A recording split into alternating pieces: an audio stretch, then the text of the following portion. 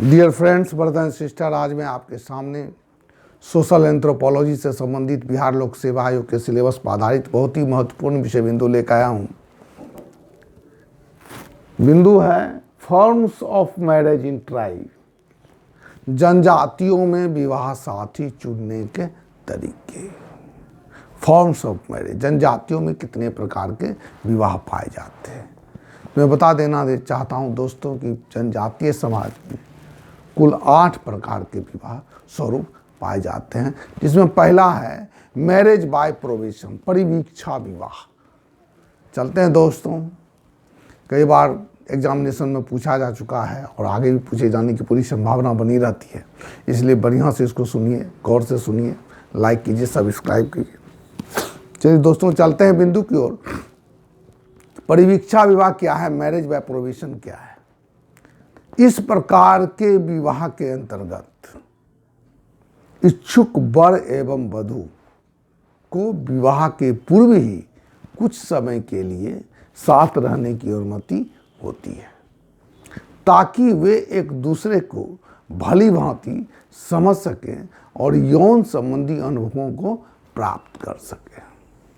साथ रहने की जो यह अवधि होती है, इसे ही परिवीक्षा अवधि यानी प्रोबेशन पीरियड के नाम से जाना जाता है।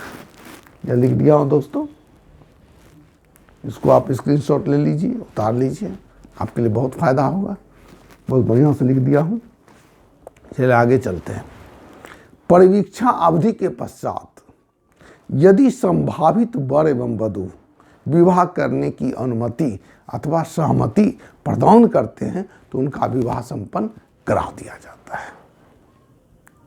और यदि वे दोनों यह महसूस करते हैं कि उन दोनों का व्यवहार एवं स्वभाव एक दूसरे के अनुकूल नहीं है, तो ऐसी स्थिति में वर पक्ष द्वारा प्रथा एवं परंपरा पर आधारित हानि मूल्य, हर्जाना मूल्य या क्षतिपूर्ति दे करके संभावित विवाह संबंध को समाप्त कर दिया जाता है अथवा विच्छेद कर दिया जाता है।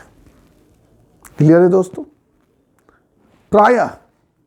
प्रायः ऐसा देखा गया है या देखा जाता है कि यदि परिवीक्षा अवधि में, प्रोबेशन पीरियड में लड़की गर्भवती हो जाती है तो विवाह अवश्य ही संपन्न हो जाता है। क्लियर है दोस्तों। अब कारण क्या है, ये जो परिवीक्षा विवाह है, जनजातीय समाज में जो मैरिज बाय प्रोबेशन की जो व्यवस्था है, उसके पीछे क्या कारण हो सकता है।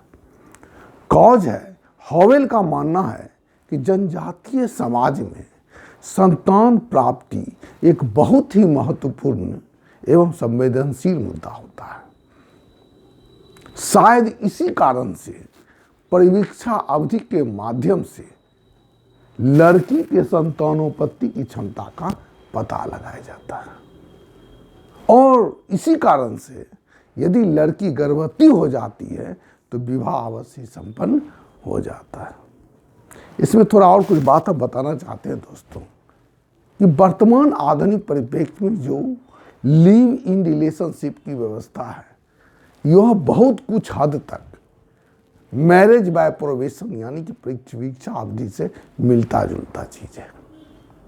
हालांकि मैरिज बाय प्रोबेशन जो है, ये जो परिवीक्षा अवधि है, यह जनजातीय समाज में सामाजिक सांस्कृतिक द्वारा मान्यता प्राप्त है, जबकि आधुनिक समाज में पाए जाने वाला जो लिव इन रिलेशनशिप है, उसे सामाजिक सांस्कृतिक मान्यता प्राप्त नहीं है, हालांकि कानूनी मान्यता प्राप्त है इसे। ठीक है, क्लियर दोस्तों। ये समानता है दोनों में, समझ गए। यहाँ एक चीज़ और है कि लिव इन रिलेशनशिप में अगर लड़की गर्भवती हो जाती है तो यहाँ भी इस परिस्थिति में वह लड़के पर दबाव बनाती है विवाह शादी संपन्न करने के लिए। अब प्रायः लड़का ऐसी परिस्थिति को देखते हुए संतान की चाहत में, संतान के प्रति प्रेम की चाहत में वह विवाह संपन्न भी उसे स्थापित कर लेता है। चलिए दोस्तों, इसके साथ ये विषय बिंदु को समाप्त करते हैं। अगले क्लास में अगले विषय बिंदु की ओर उपस्थित रहेंगे। लाइक कीजिए, इसको बढ़िया से सुनिए, बढ़िया से सुनना बहुत ज़रूरी है। इसको स्क्रीनशॉट ले लीजिए, बढ़िया सुनिए, देखिए और लाइक कीजिए, सब्सक्राइब कीजिए। धन्यवाद।